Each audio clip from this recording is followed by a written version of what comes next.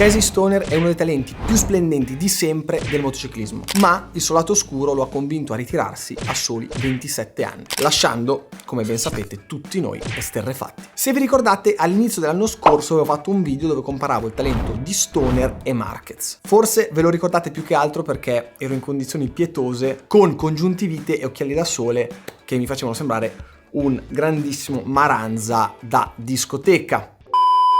Comunque avevo cercato di spiegare come mai, per me, personalissima opinione, potete essere assolutamente in disaccordo, dicevo che Marquez è il pilota più forte di sempre tecnicamente, non nel complesso, voglio, come dire, mettere i puntini sulle i, e soprattutto il perché lo ritengo superiore a Stoner. I due non si sono mai incrociati in pista e se ci pensate è un peccato assurdo. Uno ha mollato e l'altro ha preso esattamente il suo posto. Ma voi ci pensate cosa sarebbe stato avere Marquez e Stoner nello stesso momento in MotoGP? Uno contro l'altro, uno scontro tra titani, e non solo perché sarebbero stati due piloti incredibili a giocarsi il titolo mondiale, ma anche perché Honda avrebbe avuto una bellissima gatta da pelare. È un po' la situazione che si creerà adesso tra Marquez e un ipotetico Martino Bagnaia. Tornando a Marquez e Stoner, un pluricampione del mondo e un fenomeno senza precedenti nella storia, nessuno avrebbe accettato di essere secondo all'altro. Ma purtroppo questo è Fanta MotoGP, perché Stoner si ritirò appunto appena prima dell'arrivo del buon Mark. Ecco, l'addio di Casey alla MotoGP sconquassò un po' tutto l'ambiente. L'annuncio arrivò giovedì 17 maggio 2012, il giovedì prima del weekend di gara a Le Mans, che era solo la quarta gara dell'anno. Tra l'altro Stoner aveva vinto le 2 gare precedenti ed era in testa al campionato in quel momento. Quindi non c'era niente di legato alle prestazioni o alla competitività. Il motivo era tutt'altro. E il tempismo della decisione ci racconta già molto del personaggio. Stoner infatti non si è mai fatto problemi di dire quello che pensava, anche se questo ogni tanto l'ha portato a esagerare, alternando sacrosante verità a qualche enorme cagata. Non fu solo l'annuncio anticipato a colpire tutti, ma anche il momento nella carriera nel quale fu fatto. Stoner era passato in Honda l'anno prima da Ducati e aveva vinto il mondiale. Era un campione in carica all'apice della carriera. Oggi con i termini molto inglesi verrebbe da dire era nel suo prime, ma era esattamente così, aveva 26 anni e poteva essere competitivo almeno per altri 10. Eppure, per quanto la scelta non fosse stata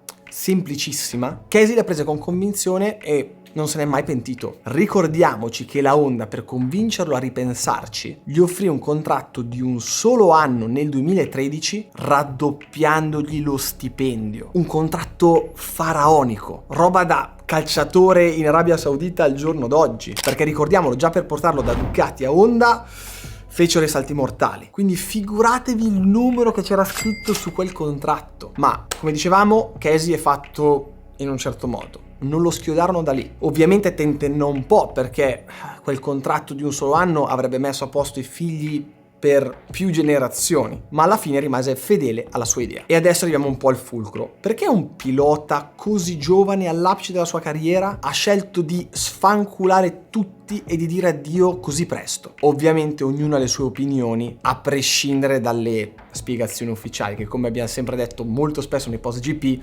lasciano il tempo che trovano. Ma cerchiamo di fare un po' di ordine, perché si è speculato molto sul tema, con segreti, gossip incredibili che si faceva stento a crederci, cioè robe senza senso. Però andiamo con ordine. Stoner ha addotto una ragione ufficiale, ne ha parlato nelle interviste subito dopo il suo ritiro e l'ha confermato poi anche nella sua autobiografia. Tra poco ci arriviamo, ma prima ci sono un bel po' di concause da citare che hanno contribuito a questa scelta. Ecco, sfatiamo subito il mito. Il problema fisico del 2009 che lo tenne lontano per alcune gare e che poi si scoprì essere una banale intolleranza al lattosio non c'entra niente. Anzi, una volta capito cosa avesse, era tornato a godersi la moto come mai prima. Se c'è una cosa che sappiamo di Stoner, oltre al fatto di essere un fenomeno sulla moto, è che è stato molto sofferente a livello emotivo. Ovviamente parlando dei top piloti, cioè non parliamo di gente normale. La pressione che si vive a quel livello e in quelle situazioni non è assolutamente comparabile con appunto situazioni di tutti i giorni, classiche. C'è chi la patisce meglio e la gestisce meglio e chi appunto la subisce un po' di più, come era lui. Questa sofferenza ha influenzato un po' tutta la sua carriera e chiaramente è stata anche importante nel momento della decisione del ritiro. Il tutto era motivato da 3 cose. In primis, le luci della ribalta. Stoner non ha mai sopportato le attenzioni mediatiche, i doveri contrattuali e comunque la troppa attenzione sulla persona, il gossip, il cercare di creare sempre storie contro gli altri piloti e via dicendo. Figuriamoci che già ai tempi della sua adolescenza non si sentiva proprio agio tra i ragazzini e col tempo poi le cose sono solo peggiorate. Chi ha lavorato con lui dice che aveva una capacità incredibile di isolarsi, di chiudersi in se stesso ed essere ermetico. Gli esempi della sua insofferenza sono tanti e ne prendo uno dal mucchio. Nella sua autobiografia Casey racconta i primi momenti da pilota Ducati all'inizio del 2007 e dice: far parte di una squadra ufficiale implicava esigenze mediatiche a cui mi sarei abituato con difficoltà. Proprio come quando ero un ragazzino schierato sulla linea di partenza nella mia prima gara, continuavo a soffrire l'attenzione del pubblico. Gareggiare è la parte facile, è ciò che amo.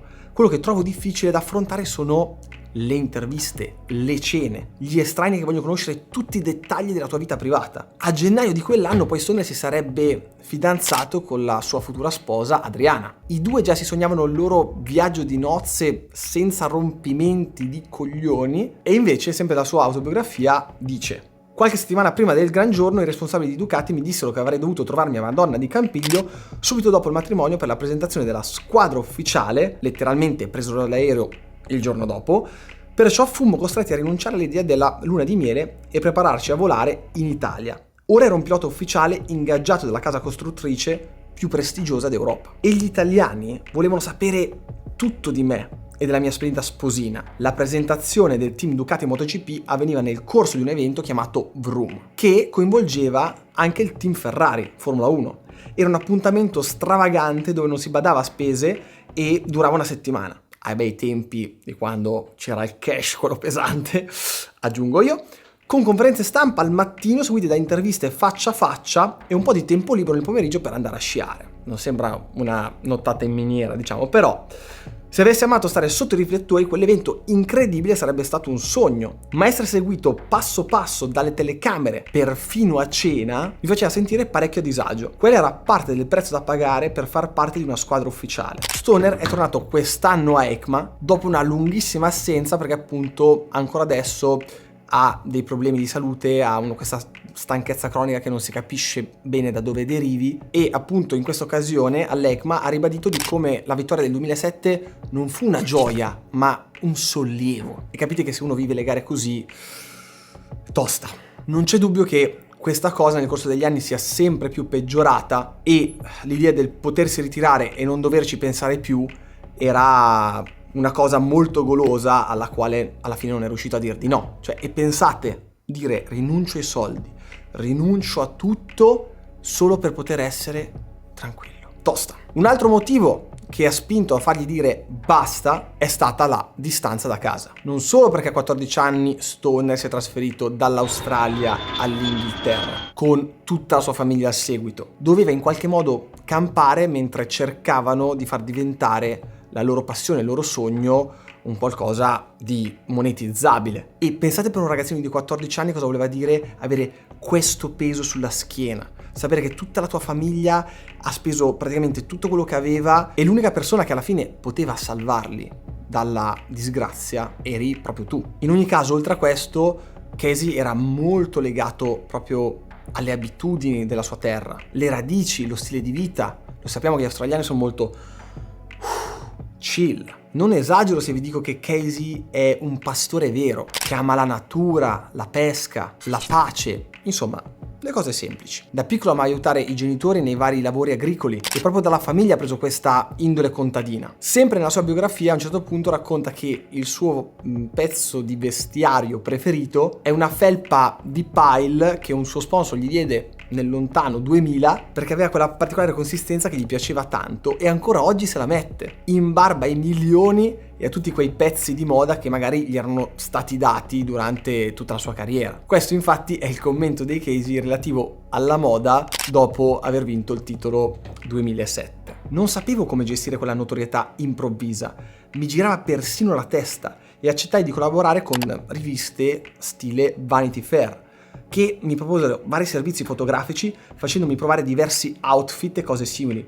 Non c'è bisogno di dirvi che odiavo tutto questo, non mi piace essere fotografato e trovo questo genere di servizi assurdi e interminabili. Caro Casey, è quello che proviamo noi ogni volta che andiamo da Zara con amiche e fidanzate. Ti convincono a indossare un certo capo di abbigliamento con il pretesto che è alla moda, ma a me la moda non importa un accidenti. Oggi non farei mai cose di questo tipo, non importa quanto sarebbero disposti a pagare, non ne vale la pena. Per me il motociclismo non è mai stato questione di soldi, è sempre stato solo passione. Direi che questo dice tutto. La terza cosa che ha sempre fatto soffrire Stoner è l'assenza di lealtà tipica del paddock del motomondiale, soprattutto quando ci sono grossi interessi in ballo. Ne so anch'io qualcosa. E qui ci avviciniamo al grande no che lo ha fatto ritirare. Casey ricorda in modo quasi ossessivo chi gli è stato fedele e chi no durante la sua carriera. Per le persone e le aziende che gli sono state vicino ha molta gratitudine. Pensiamo solo al suo casco, X-Lite. Gli hanno sempre offerto un sacco di contratti interessanti andando avanti negli anni anche se non correva più. E lui è sempre stato fedele a quella marca, cosa che non si vede spesso in giro, c'è da dirlo. Ma a parte questo, purtroppo, come sappiamo tutti, il mondo dei motori a quel livello non è che sia costellato di bravissime persone, in senso ci sono gli interessi, ci sono gli squali che cercano di arraffare il massimo possibile. È pieno di storie durante tutte le varie carriere di il carro del vincitore, tutti dentro, e appena c'è lo scandalo, il pilota non va più come deve andare, tutti giù in un nanosecondo. Per citare un episodio molto conosciuto che è accaduto a lui, Stoner rimase deluso e ferito nel 2009 quando si prese quelle 3 gare di stop, diciamo 3 gare sabbatiche, se così possiamo chiamarle. I media e parte del paddock si scagliarono contro di lui e quando addirittura uscirono delle foto dove si stava sollazzando, stava insomma pescando, facendo le sue cose come se fosse in vacanza, tra cui anche pescare con un suo amico, apriti cielo, gli diedero del malato immaginario e dell'ingrato. In più la Ducati, giustamente,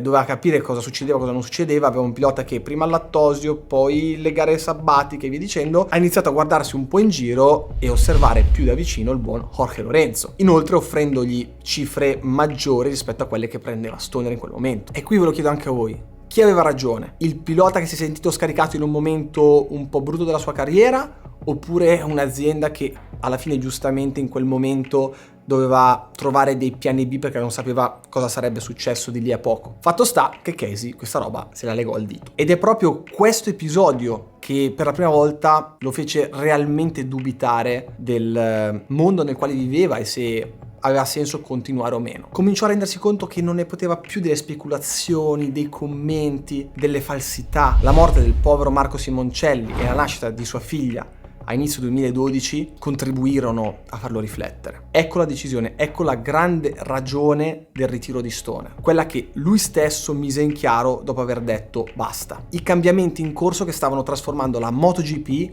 quella cosa che lui amava più di qualsiasi altra cosa, in un qualcosa che appunto non amava più. Si era completamente rotto le palle dell'ambiente, non vi si riconosceva più e non si divertiva più. Parole sue, non sopportava più la dorna, le decisioni per cercare di ampliare lo sport e il business che ci girava intorno. Non gli piaceva il monogomma e la troppa elettronica, cioè parliamo con uno che per fare il traction gestiva tutto con il freno posteriore, non so se mi spiego. Non gli piaceva il passaggio dai 1000 agli 800, un cambiamento secondo lui inutile che fece spendere una marea di soldi alle case e allontanò possibili nuovi costruttori. E la 800 in effetti, qua non gli si può dare torto, non aveva alcun senso di esistere perché c'erano i 600 e i 1000. Questa classe di mezzo non aveva senso di esistere e non era di interesse per le case, per sviluppare le tecnologie per i mezzi da strada. E sempre secondo lui portò tutto questo ad avere solo 12 moto in griglia e per correre ai ripari